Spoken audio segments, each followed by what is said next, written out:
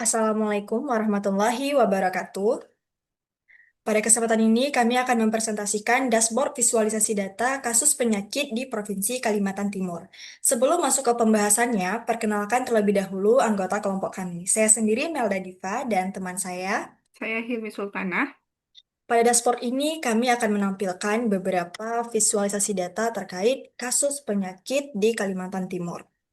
Oke, jadi ini dashboard yang telah kami buat mengenai kasus penyakit di Kalimantan Timur, serta dilengkapi dengan fitur filter yang dapat digunakan untuk mengeksplorasi data secara lebih spesifik. Data yang kami gunakan kami ambil dari Badan Pusat Statistik Provinsi Kalimantan Timur, kemudian kami olah ke dalam bentuk dashboard visualisasi seperti yang ditampilkan ini. Nah, untuk teman-teman yang ingin melihat data mentah maupun sumber data yang kami gunakan, bisa langsung scan barcode yang tertera di bawah ini.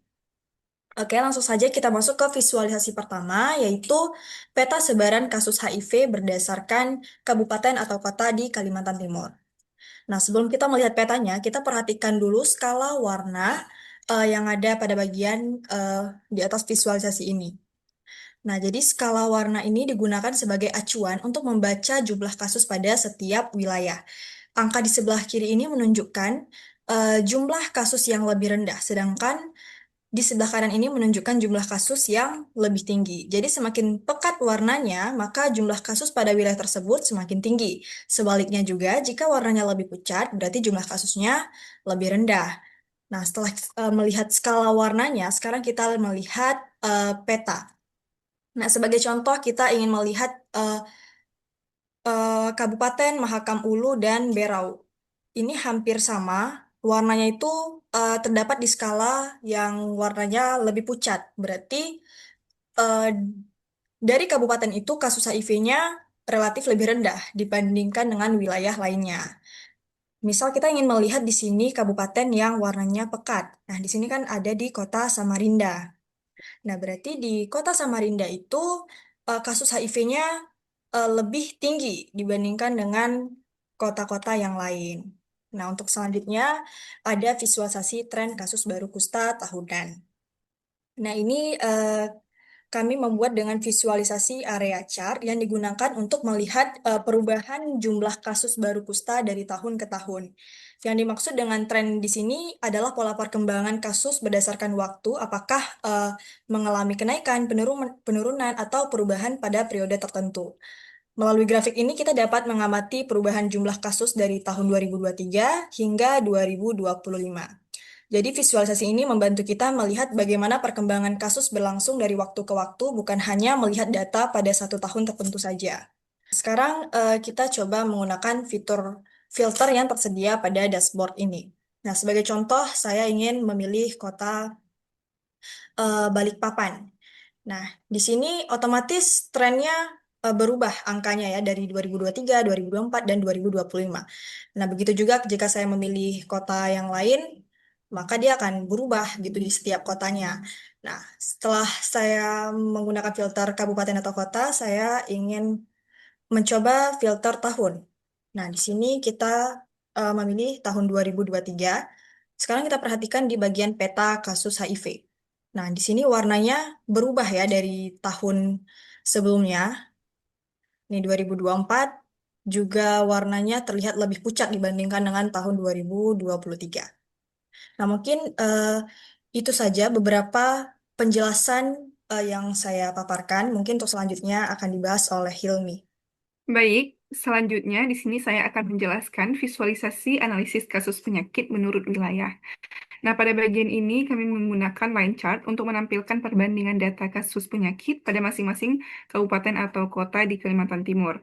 Nah, melalui visualisasi ini kita bisa melihat pola maupun perbedaan data antar wilayah melalui garis yang terbentuk. Seperti yang sudah dijelaskan sebelumnya mengenai filter, di sini saya juga akan eh, mencontohkan bagaimana penggunaannya. Saya memilih tahun 2023. Nah, ketika filternya itu kita ubah, maka bentuk garis pada line chartnya juga ikut berubah. Dan kalau kita perhatikan pada bagian Mahakam Ulu, ini terdapat garis yang terputus. Nah, ini menunjukkan bahwa garis tidak tersedia, bahwa data tidak tersedia. Eh, Jika kita memfilter data bagian Mahakam Ulu, maka line chart-nya akan tersambung. Kemudian, selanjutnya kita akan masuk ke visualisasi proporsi keberhasilan pengobatan TBC tahunan. Visualisasi ini ditampilkan dalam bentuk diagram donat. Di bagian samping visualisasi ini terdapat keterangan warna untuk membaca data.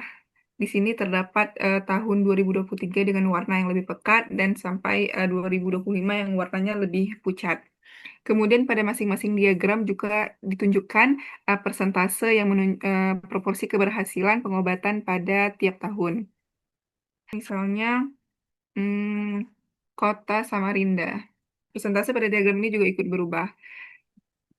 Eh, Pada tahun 2023 itu 35%, 2024 32%, dan 2025 itu 31%. Nah, jadi melalui visualisasi ini kita dapat melihat bagaimana proporsi keberhasilan pengobatan dapat berbeda berdasarkan wilayah maupun tahun yang tersedia. Kemudian, pada bagian sisi kanan dashboard ini terdapat ringkasan informasi data yang memberikan gambaran umum mengenai kasus penyakit. Di sini kita bisa melihat eh, keberhasilan pengobatan TBC, kasus HIV, kasus DBD, kasus malaria, dan kasus kusta. Di sini juga bisa kita gunakan filter, misalnya kita menggunakan Kutai Timur pada tahun 2025. Nah, di sini angka kasusnya itu bakal berubah sesuai data yang kita pilih. Nah, jadi tanpa perlu melihat seluruh visualisasi satu persatu, kita bisa langsung memperoleh gambaran singkat mengenai data yang sedang ditampilkan.